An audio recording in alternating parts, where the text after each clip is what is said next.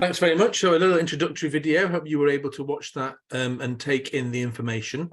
In a sec, I'll hand over to John Brennan from Public Health, NHS Lothian. We'll start to take us through some slides and then hand over to other colleagues. But what I will ask, if you have a question, if something comes to mind, either from the video we've just watched or from something somebody says in the next sort of 20 minutes, then please pop it in the chat. And then when we get to the Q&A around 30:30, we can then go through the questions that you've all asked. Hope that makes sense. So over to John. Thanks, Ian. Hi, I'm John Brennan. I'm from the NHS Lothian Public Health team in Edinburgh. What I thought we might do to begin, I thought it might be useful to give you a little overview of the context of the community benefits gateway in terms of NHS Lothian. We at NHS Lothian are focused on being an anchor institution, which is, I think it was a term coined in America, that basically it's an approach by large public sector organisations who are linked to communities, looking at how, beyond the services that we provide, how can we be a benefit to those communities, given the kind of critical mass of our resources and all the other things that we do. So the community benefits programme is part of that. As an anchor institution, there are various aspects of that we undertake work in, and it's kind of linked here under the community wealth building box in this slide. So you can see that using our buildings and spaces to support communities, and we're currently looking at that through the Edinburgh Assets Board, widening access to quality work, and we've got a number of employability programs going on, looking at how we can get people into the organisation, support them and retain them in our organisation, looking at things like apprenticeships, reducing our environmental impact. It's something that we're obviously very, very focused on as well, and we have a strategic framework for looking at that. Obviously working more closely with local partners through our community planning mechanisms, etc. And part of our approach as an anchor institution is also about purchasing more locally for social benefits. So there are kind of two aspects to that. One of that is looking at progressive procurement. How can we look at encouraging particularly small, local, community connected or social enterprises or small, medium enterprises or supported businesses to be more closely linked to our procurement function? That's something where we're beginning to explore at the moment. And the other is how can we make the most of our purchasing for community benefits? And as you'll find out as we go through the presentations today, and as was cited in the little video, the community benefits programme is a national NHS purchasing programme where we're looking at bringing a more cohesive and more coordinated approach to getting benefits for communities that we link to out of our kind of suppliers as well. So that's the link, that's kind of the context that we are coming at this from within NHS Lothian, and we're really pleased to be working with as well as our public health colleagues, our procurement colleagues, and also the third sector interfaces on this. And I think my colleague from procurement, Adrian, is going to give us a little bit of a perspective from the procurement side of things now. So you want me now? Now, yes. Now's good. Yes, and hello to everyone. My name's Adrian Tether. I am from the NHS Lothian procurement team. I was kind of a community benefits advocate about 5 years ago, and I stepped away from that role for a few years. And I'm really pleased to be involved again, but wisely, John has only given me a few minutes to speak because I'm not great at it, but I do have some really important information to provide on the gateway. And as John said, it's all about context. And the procurement in the public sector has been looking at community benefits for a decade, easily a decade.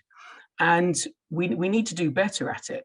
And what I saw 5 years ago is that we didn't have a wonderful connection through our contracts with the likes of public health colleagues, with the third sector.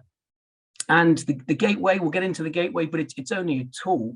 But what it is doing is fostering new relationships that didn't necessarily happen before, which is really encouraging, because as procurers, we absolutely want to see community benefits being delivered through our contracts. So it's about getting extra value for every pound we spend in Scotland. As an NHS, we're looking at 2.5 billion spend per annum on goods and services. NHS Lothian is around 400 million of that, and we've got a duty, a sustainable procurement duty that is legislated. So all of the state sector, wider state sector, has to buy into this. Every time we look at a new contract, we have to understand how it might deliver social, environmental, and economic well-being. And the important thing is within the area that we operate. So we tend, it's lovely to have community benefits delivered in other parts of the country, but we're really looking for kind of grassroots local benefits to come out of that. And I'm not going to talk about the types of benefits that will form part of the later presentation, but it's we as an organisation, NHS Lothian, have to report in our annual report every year on community benefits, and that includes our use of supported businesses and the third sector, but just in general around community benefits. So it has a huge profile, and it's really good to start having these conversations again. So just in terms of some of the mechanics of what we do, we put community benefit clauses into our contracts. And it's not legislated that we do that for all contracts, but as procurement professionals, we will gauge the suitability. And we're really keen not to, in the construction industry, they are contractual delivery of community benefits. We tend not to go there within our local supply contracts. But as we manage those contracts, we want to deliver community benefits. So we have thousands of suppliers. Not all of them would be suited to delivering community benefits at a local level, but it's down to us to really work with our suppliers to do that. And the gateway, the video presented it. It's almost a matching service, but it's nothing without the people, the jam in the middle, because it will not work without these good conversations happening. So within this process for me and this communication of the gateway, it's really important for the third sector to understand that NHS Lothian has contracts. We wish to deliver benefits to the community, and I mentioned the social, environmental, economic type of benefits that can be gained. So it's looking beyond the portal. And I know that the team around it are there to support all of those initiatives. Could be a bit vague at the moment as to what could the ask be, but we're starting that journey, and NHS Lothian Procurement is really keen to be a part of that. So we're legislated to do something, but beyond that, we're motivated to do it, and we're really keen to start having these conversations. There's honestly there's an array of skills. We're talking trades in estates. There are so many joiners and builders. There are so many suppliers, so many skill sets, and so many suppliers that are willing to do this. We just need to tap into it. So we have these national contracts, we have local contracts, and the gateway and the people around it will be there to pull all of this together. And we're really motivated to do what we can to, I guess, have the suppliers have a bit more skin in the game and deliver for us. John, have I missed anything? No, I think that's a good overview, Adrian. No, there's nothing I would add to that. That's great, thanks. Oh, thank you. No, but any questions later, then please do ask. I am sticking around.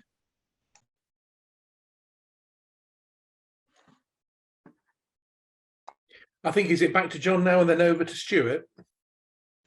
I think straight over to Stuart. Yeah, it's next slide for me, please. So I'm just going to talk you through just a bit of the user journey and how it all looks. And just the first place to start is to register at the gateway. So as you can see on the screen, if you go to, and I'm not going to give you a big giant URL, but if you Google Community Benefits NHS, the URL will be available later on. But if you Google Community Benefits NHS, it'll take you this login screen. This is the first place that you'll start. All you need to do is register your details. You'll be able to log in later on as well. So what I would recommend is when you've logged onto that, you can save it on your toolbar. So it's a favorite, so you can go back to it any time you want. Just takes a few minutes to register, and it's the usual details that you'll need for that. So next slide, please. Once you've registered, you're actually into the nuts and bolts of the gateway.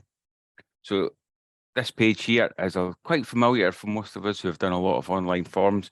You put your name, your location, a wee bit about your project as well. And I think the key areas here is when you're talking about your project or your need is to give as much information as possible, really describe what you've got, really give as much information so someone reading that knows what you need and knows the best way that they can help you as well. Next slide, please. So what is a need? So obviously the Community Benefit Gateway, it's free, dead easy to use. And as Adrian explained it, so we have connected NHS Scotland suppliers with third sector community organisations. Kind of things that we are helping with, it's going to be support for volunteering, workplace opportunities, professional advice, assisting with community building facilities, and loads more. The one thing to know, it's not an exhaustive list. This list could be anything that you need that we can put in. But in general terms here, one of the things, a tip that we would give is to think of it as a wish, not so much as a need. So it's something that you would like to happen, because a need maybe implies something urgent. So if there's something that would benefit you or your organisation, this is where you would put it in as well. And another tip we would do is just, even if you haven't got a need and you want to register for it, register, have a look around. So then when you are ready to put in your need, you're familiar with the whole setup as well. And that's me. Next slide, please. I think it's over to Ian now. Thanks, Stuart. So what happens if after I register a need, as you say, Stuart, you go through the portal that you just described, and these are the processes that happen afterwards? If we have the next slide. I think actually, hold on that slide, Esther, and I think Richard Dark from Edinburgh Lothian Green Space Trust was going to give us a wee bit of an insight into his experience of registering a need on the portal. Yeah, no, that's great. Thanks for that. This is sort of maybe John just sort of asked me, I'm from Edinburgh Lothian Green Space Trust. So John sort of suggested we've registered on it for two sort of requests, and he was sort of saying sort of my experience from it. So one of the things is, why would we do it? So for us, it's about engaging with businesses. ESG is the businesses, a lot of corporate, it's a bit of corporate jargon, but it's environment and social governance. It's sort of evolved from the corporate social responsibility. So a lot of businesses are very keen to kind of do this, which helps them. But for us, it's very important to try and engage with as many local businesses as possible, just because we think it's a great thing to do, especially from an environmental point of view. So the process that we went through, as I said, we've listed 2 asks. So just to be specific, we were talking about tree planting, which is something that helps improve biodiversity, the environment, but it also provides an opportunity for a lot of organizations, for staff to kind of get involved. And the other things that we do is conservation activities, which basically happen all year round. So that's where there's a slight difference in the task, because tree planting is more of a seasonal thing. So challenges, yeah, seasonality. And I think understanding the businesses need to try and understand the wish for the third sector. It is a wish. It's something that it's not particularly a need for us to be able to keep going, but to be able to do more, which there's always opportunities to do more and more benefits. It's a sort of wish of how we can kind of get the local businesses involved with actually helping their local community and environment as well. So those are sort of some of the challenges. So we're at the moment, once we get a bid in, we'll then start a dialogue with them to sort of explain what it is that we're actually after.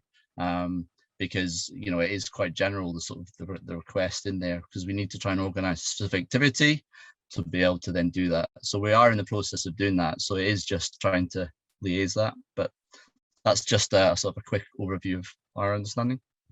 Thanks. Thanks, Richard. That's really helpful perspective. And apologies, I missed you from my running list. Over to Natalie, frequently asked questions. Oh, sorry, I hadn't spoken there. Hi, I'm Natalie from the Midlothian Third Sector Interface. Quite a lot of these questions we have gone over already, I think, in the presentation, but it's good to run over them again, and anything else that comes up, you can pop that in the chat and we'll be able to answer them. So, as discussed, who can apply? Any third sector organisation, social enterprise, cooperative or KIC that has a charitable purpose can apply for the Community Benefits Gateway. And it would cost nothing to put an application in. That makes perfect sense. It'd be concerning if it did cost. And what kind of things you can apply for. Now, Stuart went over this question.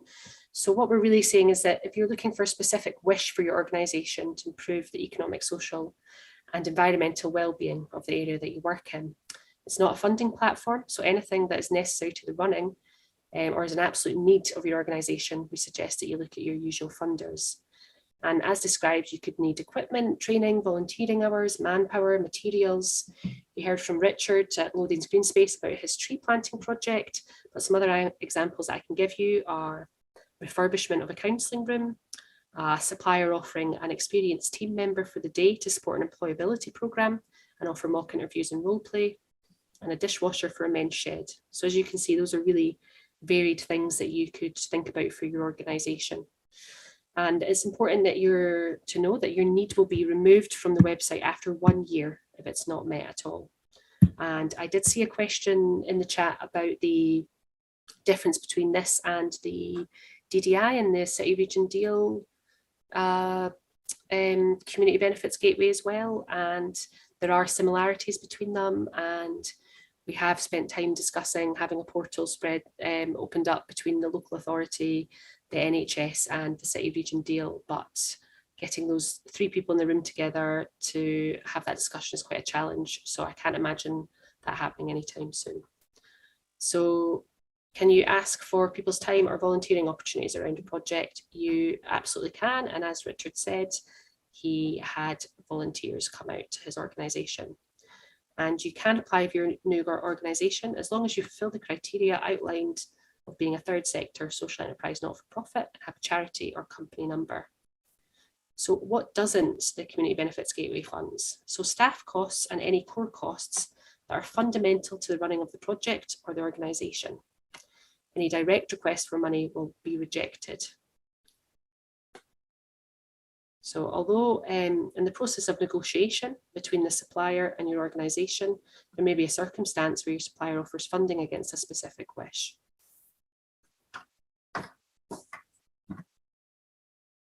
Okay, so yeah, just to reiterate, as we've said, the gateway is the wrong place to seek core costs or staff costs or anything that's fundamental to the running of your organisation.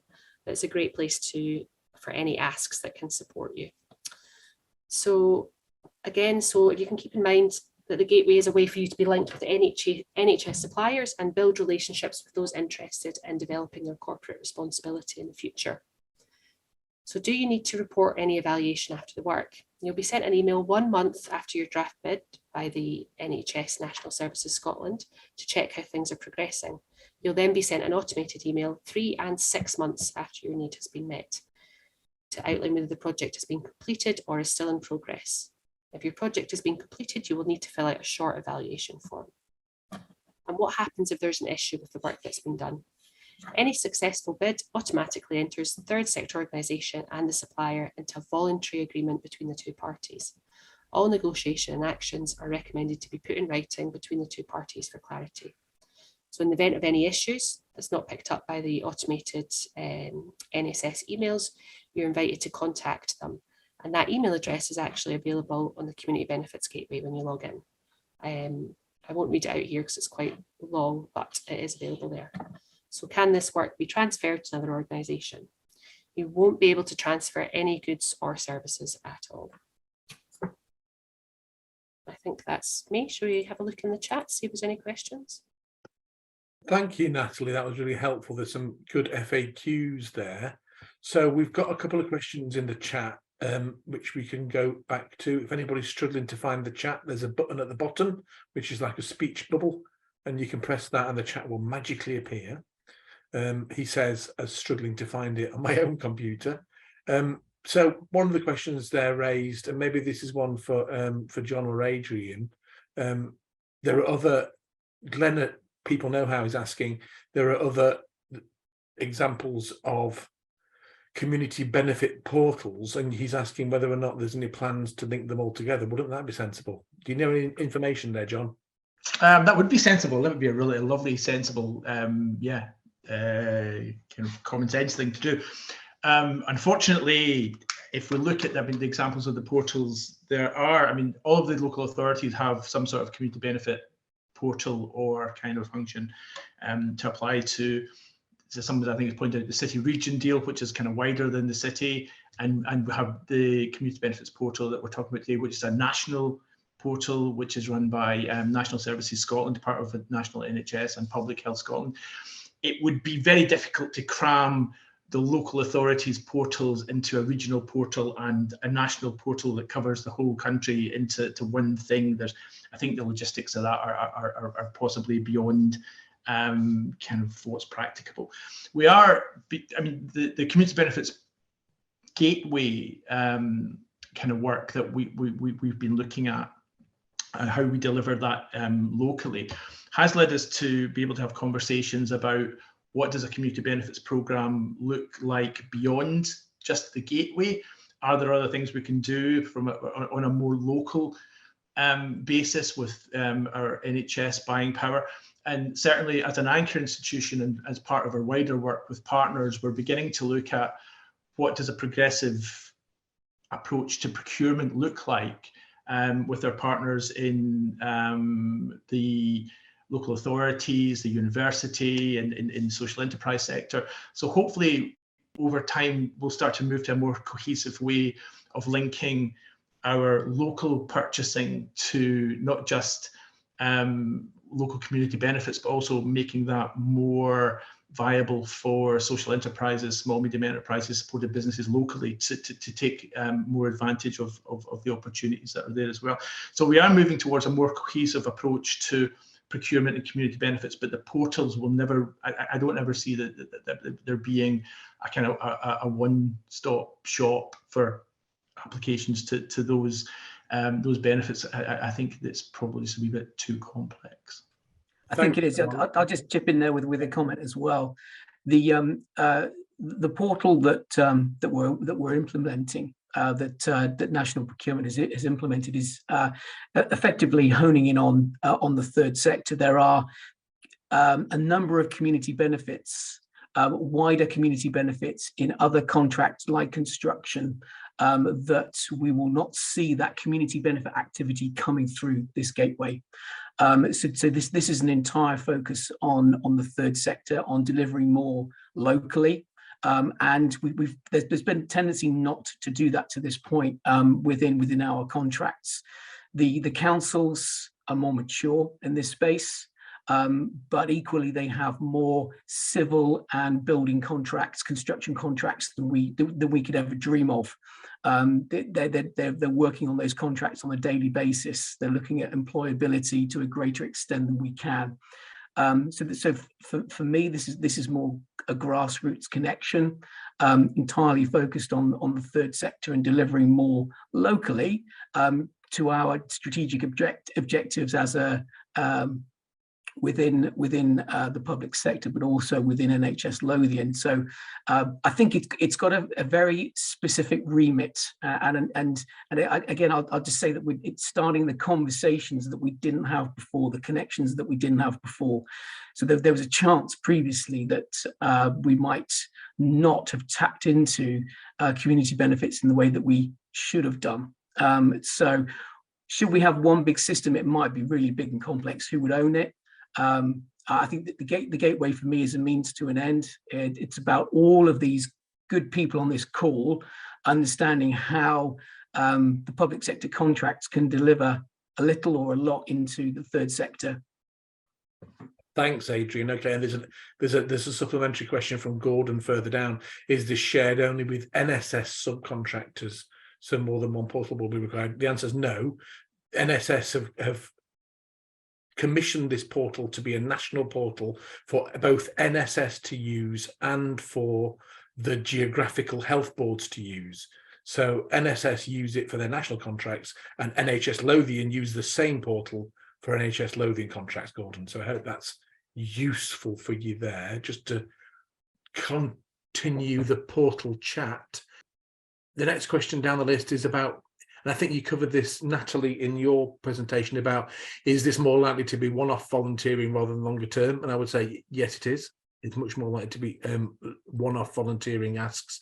And of course, do use your local volunteer centre for those longer term asks for members of the public to come and join your teams. Does it mean sessional staff costs for a direct activity is eligible? So that's an interesting question there. Who wants to take that one, about whether or not you can put those types of staff costs in a bid, John? Okay. Yeah, it's an interesting question. There's a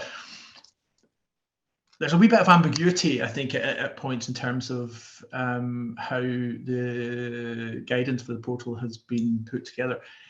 Certainly, if you were to submit a need and ask where you're asking directly for money, it would be rejected.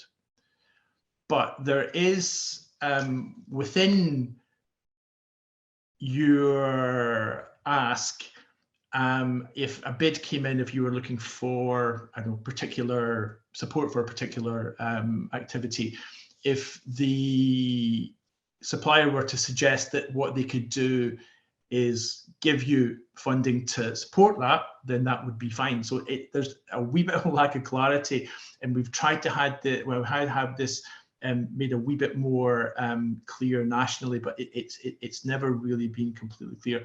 What the national team are clear about is, if a bid comes in that has a sum of money as an ask, it will be rejected.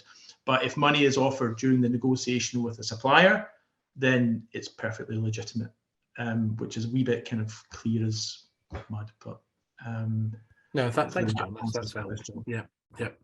And the experts in the room can always be contacted if you want to query something specific.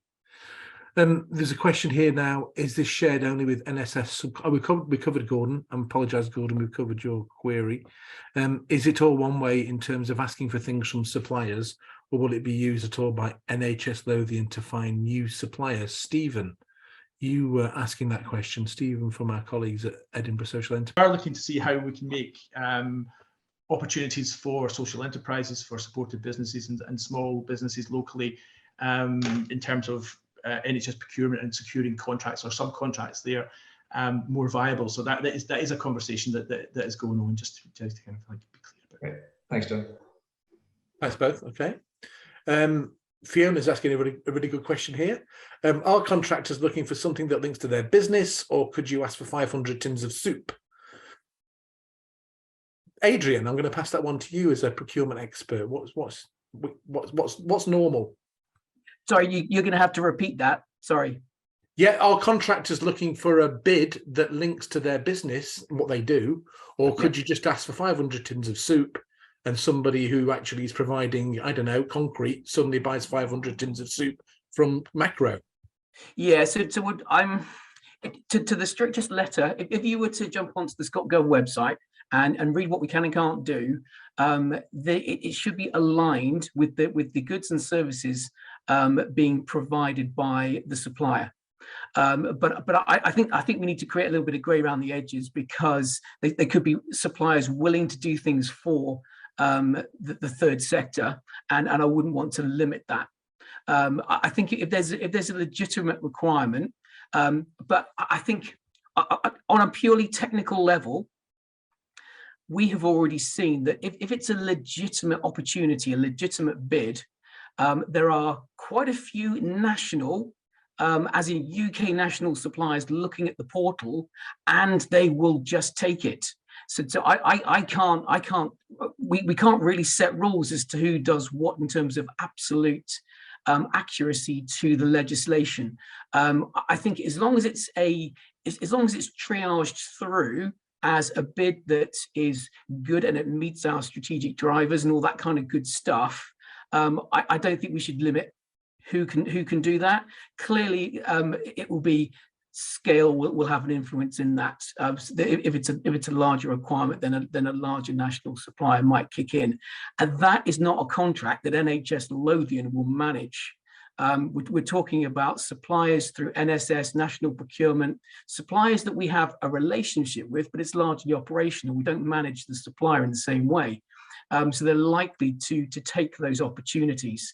So I would say, strictly speaking, it should be aligned with the services, goods and services being provided. But there's a little bit of grey around the edges, and we as a group, public health, we can't actually create rules to stop that happening. So I think it would be a case for us of working on management information after the fact to understand if we need to do something slightly different. So for now, I would say that it's almost open to any supplier who feels that there is value in that opportunity to go grab it. Thank you so much, Adrian. That's really helpful. Yeah. If it makes sense. Fiona from the Health Agency is asking quite a lengthy question about the actual fields on the form. Having read that, Fiona, I think that what you would do is say that painting or replacing your flooring is a project. That's how you would handle that. Do you want to come in, Fiona? I'm not really understanding why that's weird. Yeah, sorry, I'm just like, I'm a bit pedantic about these things. I don't like answering questions I don't have a specific answer to. So when it's asking for a date, it's like, well, I want it done yesterday. So like, I don't have a start date. Whenever the contractor is available to do it is when I want it started. I don't have a deadline for it being done because it's not something that's essential. It's just something that we would really like. So like, as soon as possible again. So yeah, it's just around the kind of grey areas that, you know, you don't have a specific answer to. Whereas if you were providing a project that you were planning to start in May and you knew it was going to last for 3 months, and then you knew what you wanted to get as the outcome for that, it's easy to fill in. But I mean, the outcome of having the flooring repaired and the walls painted is nicer, and there's not a tripping hazard. So like, do you know what I mean? It just feels not particularly easy to evaluate afterwards. Have you got a quick answer to that, John? I'm doing quick because we've got 5 minutes Very left. quick, yeah, yeah, absolutely right, Fiona. It can be a wee bit vague at times. I mean, I think the thing is, one of the things we encourage is for people to look at the gateway as, I know that the technical term that the National Services folk have used is to register your need. We would rather see that as like people like regard that as a wish, and more if you've got a need, it should go somewhere else. I think as Natalie covered. And yeah, just I mean, I think it's the platform has been kind of it's been transferred from repurposed from something else, so it's not absolutely perfect for purpose, and sometimes I think some of the asks are kind of more complex than others, or don't fit in the boxes particularly well. I think it's just, I mean, they're all valid. I mean, if you have a project that has to start at a particular time, it's fair enough to state that, but understanding that that may not happen because it's dependent on a supplier being available to do that, and your need will sit maybe for as long as 12 months on the portal, and there's no absolute guarantee that that will be met. So it's a kind of it's a wish that you're putting in. And just in terms of the fields, if you've any kind of if there's any ambiguity or anything you need clarification with, either contact your TSI or ourselves at Public Health, and we'll do our best to help you. Thank you, John. Yeah, my advice would be, if you want to do it by the 31st of May, otherwise you're just going to do it yourself. That's how I do it. So that helps, Fiona. Is there a list of all NHS suppliers and contractors so we can have some idea of the bids which are likely to be successful? So that's obviously building on the point about trying to relate bids to what contractors are providing. But my understanding, Adrian, is that you can bid for anything. You can bid for football kits or washing machines or dishwashers, etc., things you can touch, and hopefully somebody will pick it up and it's for procurement to match them. Is that right? Yeah, so this is where the gateway doesn't really come into its own. That we've got procurers managing contracts looking for a home for their community benefit endeavours, and there needs to be a conversation. Procurers need to have eyes on the gateway as well, and I think over time we'll foster a better understanding of what flies and what doesn't. But there are probably wishes and needs at the moment within the third sector that we can match, and NHS Lothian might play a part in that. I've seen more snaffled by national suppliers than by local suppliers, but we do need to do better locally to get more value from our local suppliers. But yeah, we're buying almost everything and anything, and that's the reality. We've got large acute hospitals, community sites that require everything that a small city would need. So there probably isn't a requirement that can't find a home. Some might be more difficult than others, and I don't have a repository of those at the moment to quote. But for now, I would suggest that we do just open our minds to what could be done, and then reflect on it if it didn't work out so well. And hopefully it doesn't feel like time wasted, because we're all committed to finding things, to finding community benefits that will work for everyone. Adrian, thank you. That's a really nice quote. The NHS buys everything a small city might need, so it's likely that your ask will fit somewhere. We've got 90 seconds. I'm going to take 2 more questions. Are there any restrictions on the number of asks / wishes an organisation can make? I'm going to ask Stuart that question, because Stuart very helpfully ran through the thing earlier. I think there's other organisations in there already that have got a couple of asks. If it's in scope, it can go in. I think it's a fair practice is a fair way to look at it. So if there's a couple of needs, put it in. If you're going to put 250 needs in, that might be a bit much. Fine, be proportionate, be reasonable. Good answer. Would any of the suppliers be willing or considering to manage / run a project jointly or in partnership with a charity at all, not just fund or supply a material or service? So that's a bigger project question. My sense of that now, you put in what you need and it's a one bang, it's done, rather than you're looking for somebody to join in to sponsor your youth club. Is that right, John? It's an interesting question. I mean, I think there's nothing to stop you putting a bid in of that nature.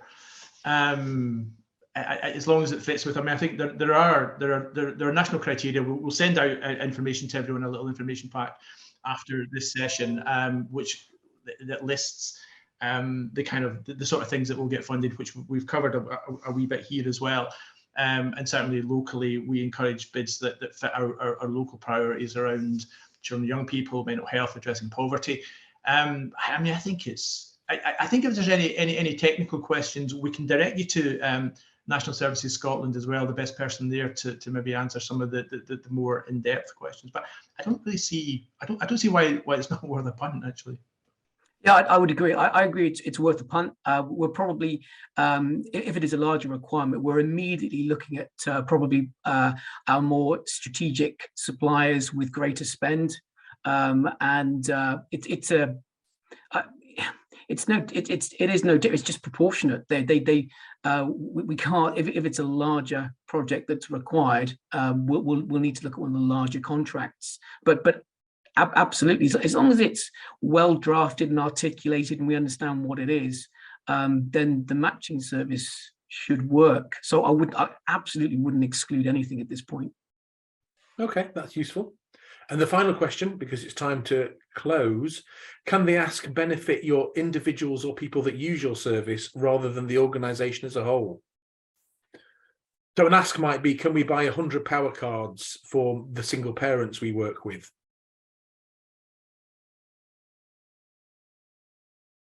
Thoughts, John, Adrian?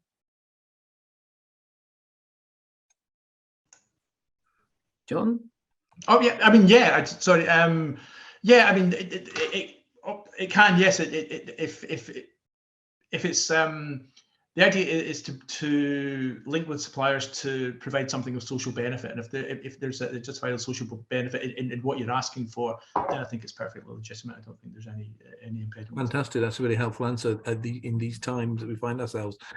Guys, thank you so much. That's been a really helpful session. We've run through quite a lot of information there. We will share the slides and we'll share the link to the video. Have a go. If you're having trouble, either approach your local TSI, so that's the people in the room who've presented, or John and Adrian from NHS Lothian and from Public Health, who will be able to help as well. I hope people have found that helpful. And thank you very much for your time over this lunchtime. Take care. Thanks, Ian. Thanks, everybody. Thanks, everyone.